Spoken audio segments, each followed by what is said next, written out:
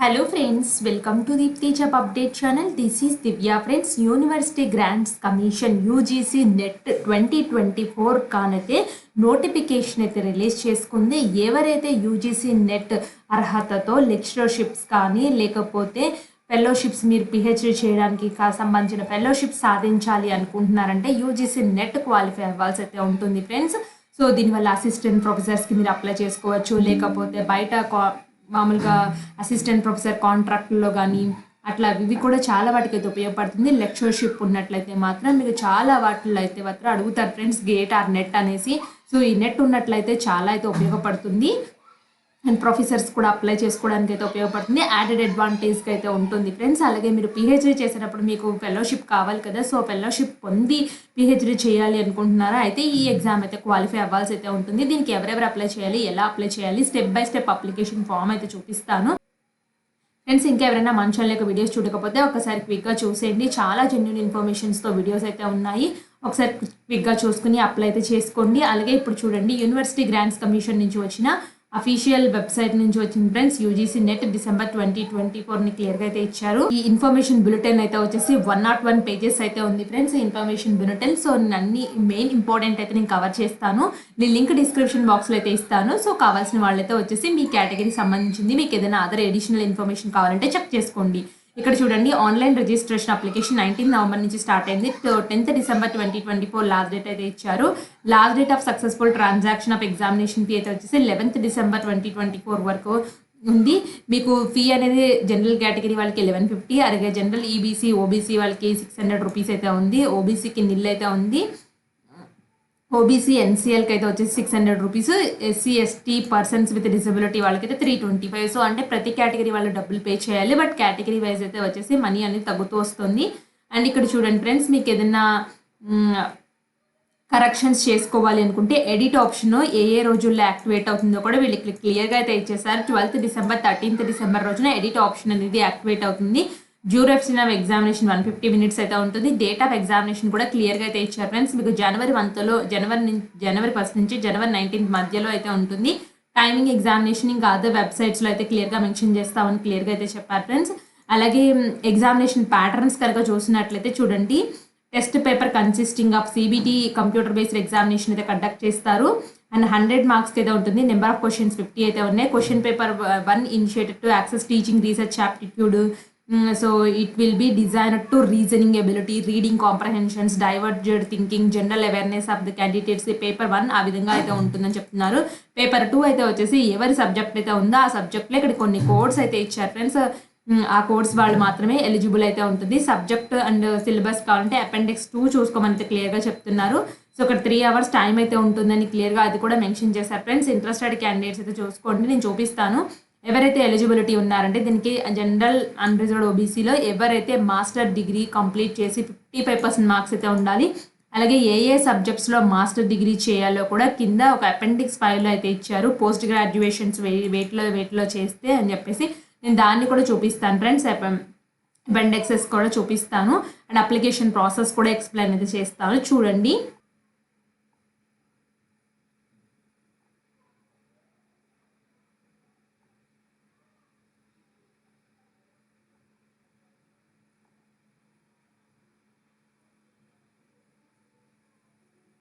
Friends ఇక్కడ చూడండి, list of UGC net subjects and their codes అయితే ఇచ్చారు. సో ఇక్కడ సబ్జెక్ట్స్ చూడండి ఫ్రెండ్స్, ఇన్ని సబ్జెక్ట్స్ వాళ్ళైతే అప్లై అయితే చేసుకోవచ్చు అండ్ చాలా రకాల సబ్జెక్ట్స్ అయితే ఉన్నాయి. పక్కన కోడ్స్ కూడా ఉన్నాయి. 85 సబ్జెక్ట్స్ అయితే ఉన్నాయి ఫ్రెండ్స్, చెక్ చేసుకోండి. సో ఈ సబ్జెక్ట్స్ వాళ్ళు మాత్రం అప్లై చేసుకోవాల్సి అయితే ఉంటుంది. అలాగే మీరు ఎగ్జామినేషన్ సెంటర్స్ మన ఆంధ్రప్రదేశ్ తెలంగాణలో అయితే ఉన్నాయి. దాని యొక్క సిటీ కోడ్ ఇక్కడ సిటీ ఇచ్చారు, సిటీ కోడ్ అయితే ఇచ్చారు. మీరు అప్లికేషన్ ఫామ్ ఫిల్ చేసేటప్పుడు ఫిల్ చేయాల్సి అయితే ఉంటుంది సిటీ కోడ్స్ అవన్నీ. సో ఇలా అపెండెక్స్లో ఎనెక్సర్స్లో అయితే అన్నీ అయితే ఇచ్చారు, ఒకసారి చూడండి. And list of subject post graduation లెవెల్స్లో మీ సబ్జెక్ట్ ఏంటో దానికి సంబంధించిన కోడ్స్ కూడా ఇక్కడ క్లియర్గా అయితే ఇచ్చారు. సో సిబిటి ఎగ్జామ్ ఉంటుందని చెప్పాను కదా, సో దానికి ఎలా చేసుకోవాలో కూడా ఇక్కడ ఏ సెక్షన్లో డే షిఫ్ట్లు ఎంతలా ఉంటాయి అన్నీ క్లియర్గా అయితే ఇచ్చారు. అన్నీ ఇక్కడ మీకు పర్సంటైల్ నుంచి ప్రిపరేషన్ రిజల్ట్స్ ఫర్ ఈ సెక్షన్ పర్సంటైల్ నుంచి ఎలా కన్వర్ట్ చేసుకోవాలి పర్సంటేజ్గా, సో ఇలా అన్నీ ఇచ్చారు ఫ్రెండ్స్. ఇక్కడ చూసుకోండి మీరు, ఇక్కడ 72 పేజ్లో అయితే ఉంది పర్సంటైల్ నుంచి ఎలా కన్వర్ట్ చేసుకోవాలి అనేసి. అండ్ దీనికి అప్లికేషన్ ప్రాసెస్ ఎలా చేయాలి అనుకుంటున్నారా?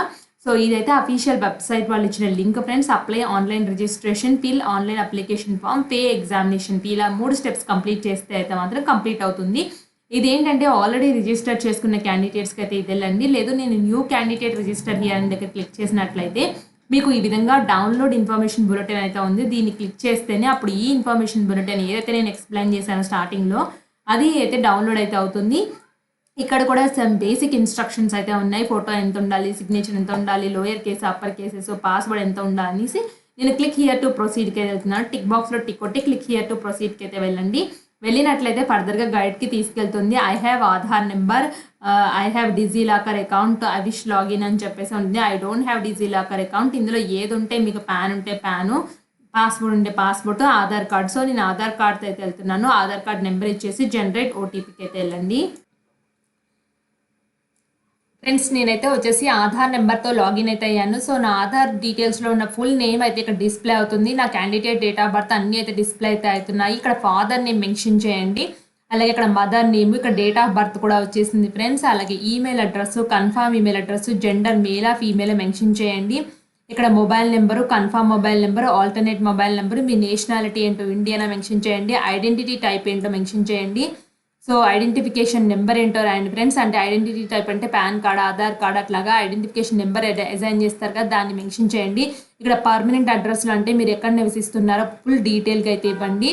అంటే ఏ స్టేటు, ఏ విలేజు, ఏ పిన్ కోడ్, పర్మనెంట్ అడ్రస్, అలాగే ఇక్కడున్న ప్రజెంట్ అడ్రస్ సేమ్ అయితే టిక్ బాక్స్లో టిక్ కొట్టేసినట్లయితే 2 సేమ్ అయితే చూపిస్తాయి.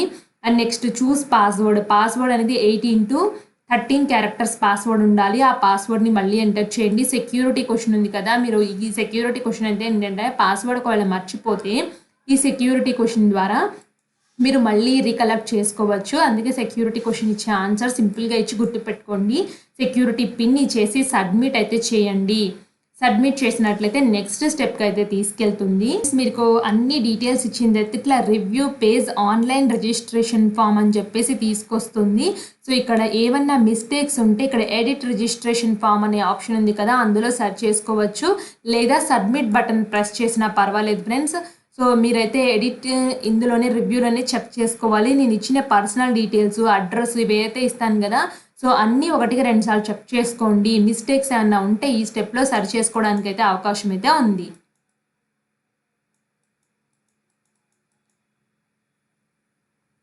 సో ఫ్రెండ్స్ ఒకసారి అన్నీ చెక్ చేసుకున్న తర్వాత కిందకి ఇలా వస్తే ఇక్కడ నేను ఇవన్నీ నేను వెరిఫై చేసుకున్నాను ఈ డీటెయిల్స్ అని చెప్పేసి టిక్ బాక్స్లో టిక్ కొట్టేసి డిక్లరేషన్ కొట్టేయడం. డిక్లరేషన్ అయితే ఇచ్చేసినట్లయితే మీకు ఇలా అయితే వస్తుంది. Do you wish to submit registration form and get OTP అని అయితే అడుగుతుంది. మీరు ఎస్ అని క్లిక్ చేసినట్లయితే ఓటీపీ అయితే వస్తుంది. సో రిజిస్టర్డ్ మొబైల్ నెంబర్కి, ఆ రిజిస్టర్డ్ ఈమెయిల్ ఐడికి ఎంటర్ చేయండి. So thank you for registration, please check your email for OTP.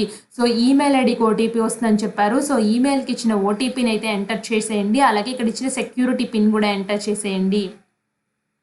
ఇక్కడ చూడండి నా ఈమెయిల్ ఐడికి అయితే ఈ కోడ్ అయితే వచ్చింది. అలాగే ఇక్కడ సెక్యూరిటీ కోడ్ అయితే ఉంది కదా, దాన్ని ఎంటర్ చేసేసి వెరిఫై చేసేసుకోండి. వెరిఫై చేసుకుంటే రిజిస్ట్రేషన్ కంప్లీట్ అయితే అయిపోతుంది. ఫ్రెండ్స్ ఇక్కడ చూడండి, your application number has been send to your email ID. Please login and application portal using your application number and password to complete your application. Your application number అని చెప్పేసి నా application number assign అయితే చేశారో నేను okay అని అయితే click చేస్తున్నాను. Okay అని క్లిక్ చేయడం తోటే నన్ను ఇప్పుడు అప్లికేషన్ ఫామ్కి అయితే గైడ్ చేస్తుంది. సో రిజిస్ట్రేషన్ స్టెప్ కంప్లీట్ చేశాను కదా, అప్లికేషన్ ఫామ్, ఫీ పేమెంట్ ఇవి 2 పెండింగ్లో ఉన్నాయి కాబట్టి ఇన్కంప్లీట్ అయితే ఉంది.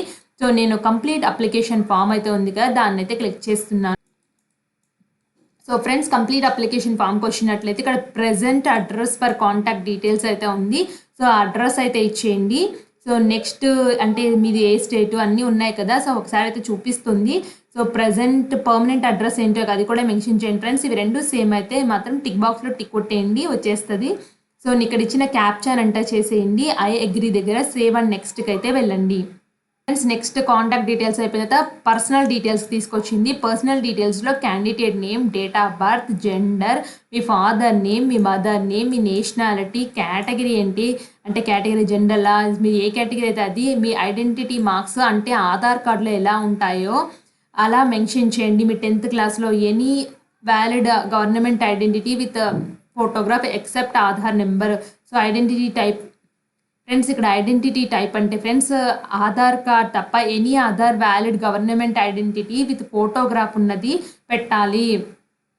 మీరు అది సెలెక్ట్ చేసుకోండి. ఆ సెలెక్ట్ చేసుకుని అంటే పాన్ కార్డ్, డ్రైవింగ్ లైసెన్స్ ఏదైనా సెలెక్ట్ చేసుకుని మీరు ఐడెంటిఫికేషన్ నెంబర్ అయితే ఇవ్వాలి.